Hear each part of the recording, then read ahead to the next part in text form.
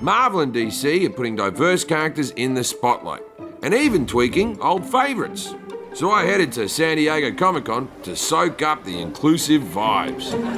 But I soon learned that for some, the good old days of comics are fading away. So, comic book guy? I am. Used to be. Why do you say used to be? Oh, I stopped reading it over the diversity issue. And overall, they've been changing comic book characters a little too much. There's a comic book tradition, in a way, how each character should look. I think when they start making Superman gay and, Aquaman transgender, it's like, I don't go around and parade what I am, don't go around and parade what you are. Ah, for f***'s sake. Yes, there's an actual backlash against diversity in comic books. And the movement is led by a supervillain. He runs a YouTube channel broadcast from his secret lair / bedroom closet.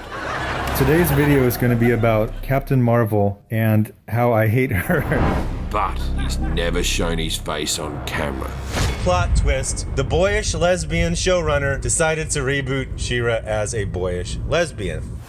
Who is this evil mastermind whining and complaining from the shadows?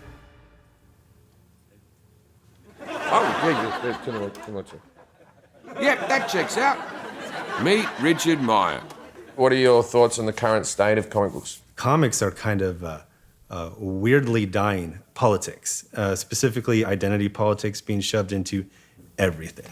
A character that used to look like a 1980s Dallas Cowboy cheerleader basically looks like me now. We, of course, are rocking those A cups. Anything above a B cup, you hate women. Ms. Marvel was introduced as a Pakistani-American Muslim, Riri Williams, who replaced Iron Man. If you don't like her, it's because you're racist or sexist, but probably both. It would upset a racist. I think it would. And for Meyer, anyone who supports these changes is just a SJW, social justice warrior.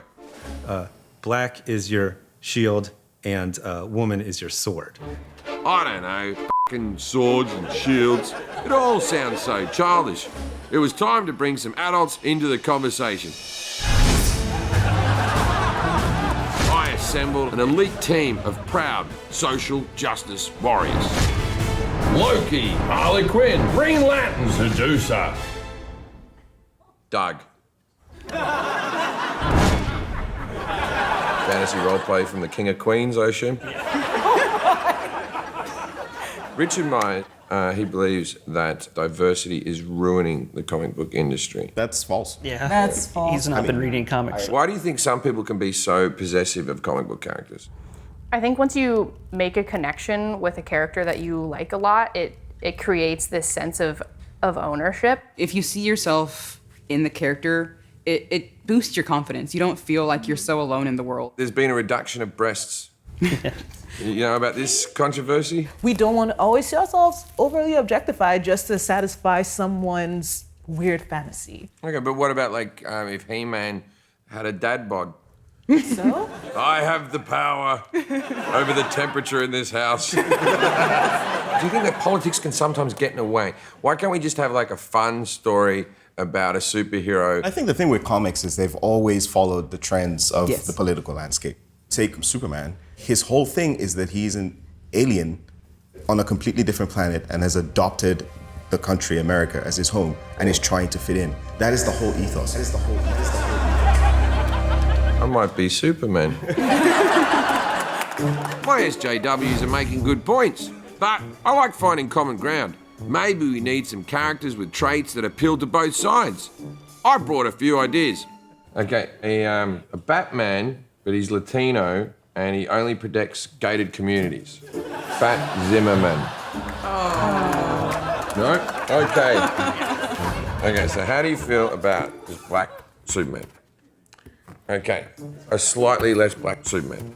Yeah, no, that's actually better. Black Panther's villain, Killmonger, but now it's played by a woman, and the way that she attacks the Black Panther is by calling the cops while he's trying to barbecue. I'm